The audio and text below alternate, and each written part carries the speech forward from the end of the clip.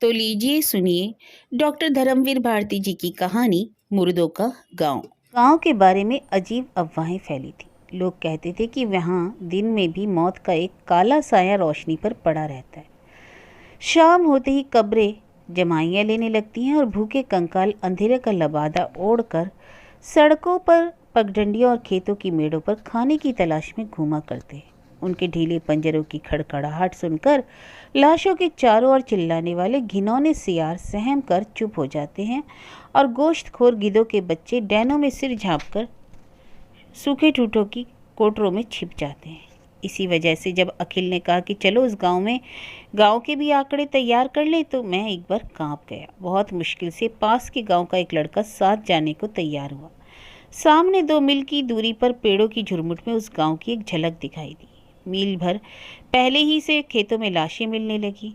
गांव के नज़दीक पहुंचते पहुंचते तो यह हाल हो गया कि मालूम पड़ता था भूख ने इन गांव के चारों ओर मौत के बीज बोए थे और आज सड़ी लाशों की फसल लहला रही थी। कुत्ते, गिद्ध, सियार और कौवे उस फसल का पूरा फायदा उठा रहे थे। इतने में हवा का एक तेज झोंका आया और बदबू से हम लोगों का सिर घूम गया, मगर फिर जैसे उस दुर्गंध से लथकर हवा के भारी और अधमरे झोंके सूखे बांसों के झुरमुटों में अटक कर रुक गए।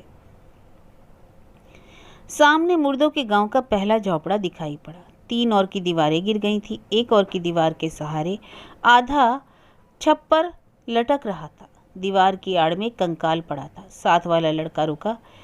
अरे, यह तो निताई धीवर है। कहाँ है? अखिल ने पूछा। अरे वह तो निताई धीवर सो रहा है। लड़के ने कंकाल की ओर संकेत किया। अरे वह निताई और गांव का सबसे पट्टा जवान? अकाल पड़ा। भूख से उसकी माँ मर गई। उसके पास खाने को ना था, फिर लकड़ी लाकर चिता सजाना तो असंभव था।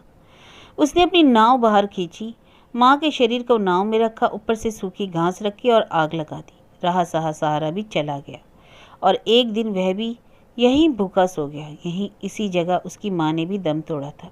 वह लड़का बोला। हवा का झोंका फिर चला और खोखले बांसों से गुजरती हुई हवा सन्नाटे में फिसल पड़ी। लड़का चीख पड़ा। अरे वह सांस ले रही है, सुना नहीं है आपने? कौन? अरे वही जुलाहिन सांस ले रही है। क्या वाहियात बकता है। अखिल ने झुंझलाकर डांटा। कौन जुलाहिन? आपको नहीं मालूम? वह सामने झोंपड़ी है ना, उसी में जुलाहे रहते हैं। उसमें से 3 भूख से मर गए। रह गया सिर्फ एक जुलाहा, जुलाहिन और उनका करघा। मगर भूख से उनकी नसें इतनी सुस्त थी कि करघा भी बेकार था। उन्होंने पास के जंगल से जड़ें खोदकर खानी शुरू की। उनके दांत नुकीले हो गए जैसे सियारों के। जुलाहा बीमार पड़ गया। जुलाहिन जड़ें खोदने जाती। एक दिन जड़ें खोदते वक्त खुरपी उसके कमज़ोर हाथों से फिसल गई और बाएं हाथ की तर्जनी और अंगूठा कटकर गिर गया। जब वह घर पहुंची तो भूखा व बीमार जुलाहा जला उठा और चिल्लाकर बोला, निकल जा मेरे घर से, अब तू बेकार है। न करघा चला सकती है, न जड़ें खोद सकती है। तब से जुलाहिन का पता नहीं, मगर कुछ लोगों का कहना है कि वह भूत बनकर गांव की कब्रों के पास घूमा करती है। वह अभी भी सांस ले रही थी। सुना नहीं आपने? अखिल ने मेरी ओर देखा और मैंने अखिल की ओर। हम दोनों आगे बढ़े, जुलाहों के झोपड़े में घुसे। लड़का ठिठका, मगर हिम्मत दिलाने वह भी आगे बढ़ा। हम लोग अंदर गए। लड़के ने अंदर से किवाड़ बंद कर ली और हम लोगों से सटकर खड़ा हो गया। वह डर से कांप रहा था। सामने आंगन में 3 कब्रें आसपास खुदी हुई थी। बीच की कब्र में एक बड़ा सा छेद था। उसमें एक बिज्जू निकला। हम लोगों को डरावनी निगाहों से पल भर देखकर फिर झटका दिया और फिर कब्र में घुस गया। आंगन में किसी मुर्दे के सड़ने की तेज बदबू फैल रही थी। अखिल ने अपना कैमरा संभाला और फोटो लेने की तैयारी की कि इतने में पीछे से किवाड़ खड़क उठे। मेरे रोंगटे खड़े हो गए। अखिल बोला, अरे कोई सियार होगा। किवाड़ को किसी ने बार बार धक्का देना शुरू किया। मैंने सोचा शायद जिंदा आदमी की गंध पाकर गांव घर के मुर्दे हम पर हमला करने आए। मेरे खून का कतरा कतरा डर से जम गया। लड़का बुरी तरह से चीख पड़ा। अखिल धीमे धीमे गया, धीरे से किवाड़ खोल दिए। उसके बाद बुरी तरह से चीख कर भागा और मेरे पास आकर खड़ा हो गया। मैं बदहवास हो रहा था। आपको यकीन ना होगा मैंने दरवाजे पर क्या देखा। मैंने जिसे देखा वह आदमी नहीं कहा जा सकता। वह जानवर भी नहीं था और भूत भी नहीं। एक औरत नुमा शक्ल, जिसकी खाल जगह जगह पर लटक आई थी। सिर के बाल झड़ गए थे, निचला होठ झूल रहा था और दांत कुत्तों की तरह नोकीले थे। मालूम होता था जैसे आदमी के ढांचे पर छिपकली का चमड़ा मड़ दिया गया। उसके दाएं हाथ में एक खुरपी थी और बाएं हाथ की 2 अधकटी और 3 साबुत उंगलियों में कुछ जड़ें। वह पल भर दरवाजे के पास खड़ी रही, फिर धीरे धीरे आगे बढ़ी। मैं चीखना चाहता था मगर गला गला जवाब दे चुका था।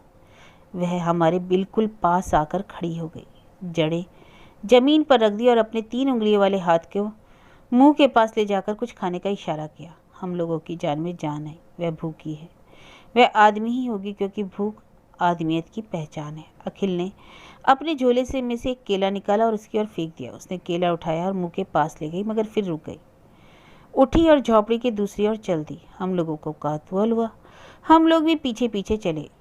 वह औरत सहन के कोने में गई। वहीं एक मुर्दा था जिसकी सड़ांध आंगन में फैल गई थी। देहाती लड़के ने उसे देखा और पहली बार उसके मुंह से आवाज़ निकली, जुलाहा। अरे यह तो जुलाहे की लाश है। यह जुलाहिन उसे भी भूत बनाने आई है। जुलाहिन लाश के पास गई। लाश सड़ रही थी, उसमें चींटियां लग रही थी। उसने केला और जड़ लाश के मुंह के पास रख दी और हंसी। हंसी की आवाज़ मुंह से नहीं, मगर खीसों को देखकर अनुमान किया जा सकता है कि वह हंसी होगी। दूसरे ही क्षण वह बैठ गई और मुर्दे की छाती पर सिर रखकर सुबकने लगी। यह जुलाहिन है, मगर यह तो कम से कम 70 बरस की होगी। 70 बरस? देखते नहीं, जहरीली जड़ें खाने से इसकी नसों में पानी भर गया है, मांस चूल गया है। अखिल बोला, इस मुर्दे को हटाओ वरना यह भी मर जाएगी। उसके बाद हम लोग झोपड़े के भीतर गए। पास में एक गड्ढा था, सोचा इसी में लाश डाल दी जाए। भीतर आए, लाश के पास से जुलाहिन को हटाया और उसकी लाश भी एक और लुढ़क गई। मैं घबरा गया, बेहोश सा होने लगा। अखिल ने मुझे संभाला। हम लोग थोड़ी देर चुप रहे, फिर मैं बोला भारी गले से, अखिल, उंगलियां कट जाने पर यह निकाल दी गई, फिर किस बंधन के सहारे और आखिर किस आधार के सहारे यह मरने से पहले जुलाई के पास आई थी जड़ें लेकर? क्यों? अखिल चुप रहा। मुर्दों के गांव के दोनों आखिरी लाशें सामने पड़ी थी। अच्छा उठो, अखिल बोला। हम लोगों ने लाशें उठाई और गड्ढे में डाल दी। एक और जुलाहा, दूसरी और जुलाहिन। बांस के सूखे पत्तों से उन्हें ढक दिया। मैंने अपनी उंगली से धूल में गड्ढे के पास लिखा, ताजमहल 1943, और हम लोग चल पड़े।